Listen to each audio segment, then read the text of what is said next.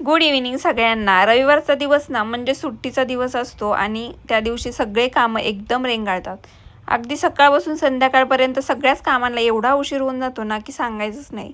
सकाळी मला काम आवरायला दुपारचे 3 वाजले. त्याच्यानंतर 3 वाजता मी मुलांना झोपी लावलं आणि डायरेक्ट 6 वाजता आम्ही सगळेच उठलोत. मग त्यानंतर त्यांना भूक लागली होती. मग त्यांना म्हटलं की चहा आणि खारी देऊया. म्हणून मग मुलांसाठी दूध आणि चहा बनवायला घेतला आणि बाहेर बघितलं तर पाऊस कंटिन्यू चालू होता. सध्या पुण्यात 2-4 दिवसापासून ना पाऊस कंटिन्यू चालू आहे.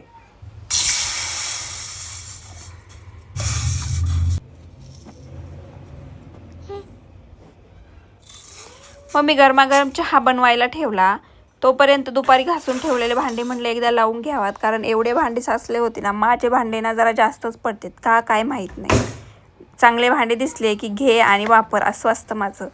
आणि मग नंतर मस्तपैकी मी पण 2 खारी आणि थोडासा चहा पिले. आणि आता मला गणपतीची साफसफाई तर करायचीच आहे, पण त्यावर ट्रॉल्यांवरती जरा धूळ जमा झाली होती. म्हणून म्हटलं की वरवर एकदा हात मारून घ्यावा.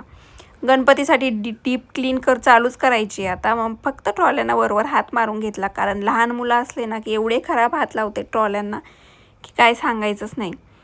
मग मी सगळ्या ट्रॉल्या साफ करून घेतल्या आणि इशूनी ना फ्रीजवरती पिठाचे हात उमटवलेले होते. सगळे डाग पडले होते फ्रीजवरती. म्हणून म्हटलं की चालता चालता लगेच ओला फडका आहे तोपर्यंत फ्रीज पण क्लीन करून घेऊन या.